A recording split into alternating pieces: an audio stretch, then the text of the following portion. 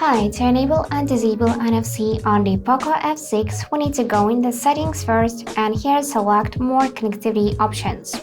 After that, choose the NFC and now we can make some adjustments. So basically, NFC is featured to allow data exchange when this device touches another. So with the help of this feature, you can make contactless payments just by holding your phone near the reader like that. Now, to do this, we'll need to enable it. So just tap on the switcher and it will light up blue, and this means that this feature is enabled now. After that, you can also select payment default. So you can select either Google Pay or SIM wallet or any other type of wallet you have installed on your phone.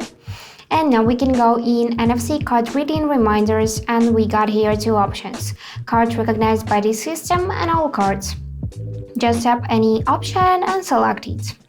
Here we can see this feature Mi Beam, which we can also enable, so you can place this device near another device that supports Mi Beam to share web pages, videos, contacts, and more. If you'd like to enable it, just tap on the switcher. And we can restore NFC functionality by tapping the Yes option. Now, to reach this feature easily, you can simply swipe down from the upper right corner to trigger the control center and find it in this panel.